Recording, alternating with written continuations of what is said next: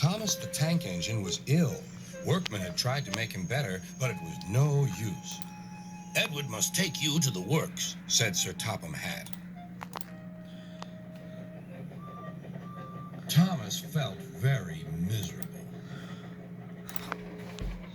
Then Sir Topham Hatt spoke to Duck.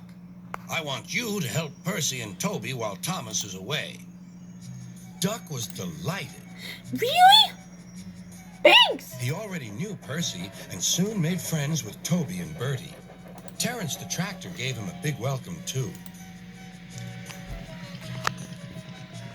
Take care of Thomas's coaches, he advised. He's sure to miss them while he's away. Duck was very gentle with the coaches. Annie and Clarabelle were impressed. Such nice manners, they told each other. It really is a pleasure to go out with him.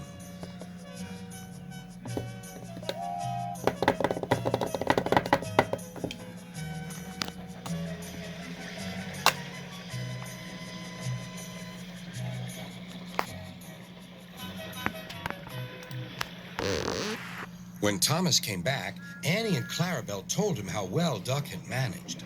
Thomas was so pleased to be home that he soon forgot to be jealous.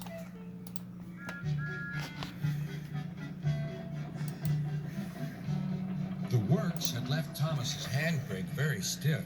It made his brakes seem as if they were on, when in fact they were not.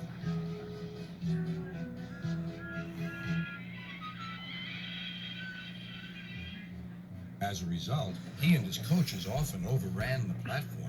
Thomas found this most embarrassing. Gradually, his driver and firemen learned to be extra careful. But one day, Thomas's fireman was ill, and a relief man took his place.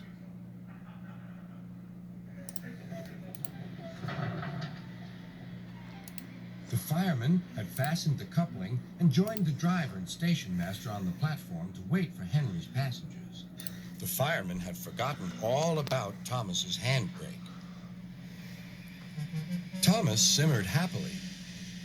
Not long now, he thought, as he saw Henry slowly approaching. But Thomas's brakes were not on.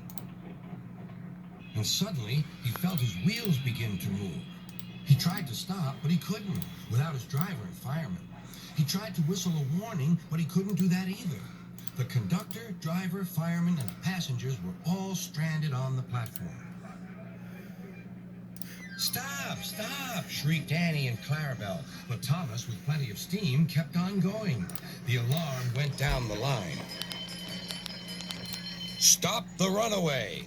There, ready for action, was Harold the helicopter. The inspector had made a plan, and together they took off into the sky.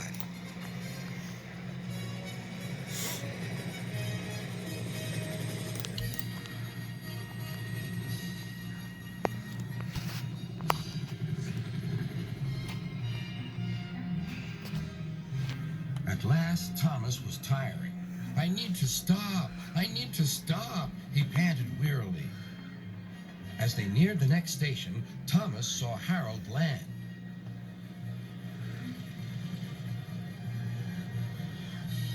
They entered the platform slowly enough for the inspector to act.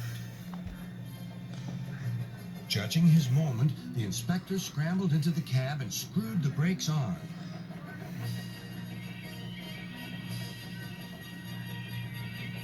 At last, Thomas stopped. Both he and the inspector were very relieved. Then they thanked Harold. "Think nothing of it. Glad to be of service, any time." "Thomas," remarked the inspector, "we must never let this happen again." Wearily, Thomas agreed with him.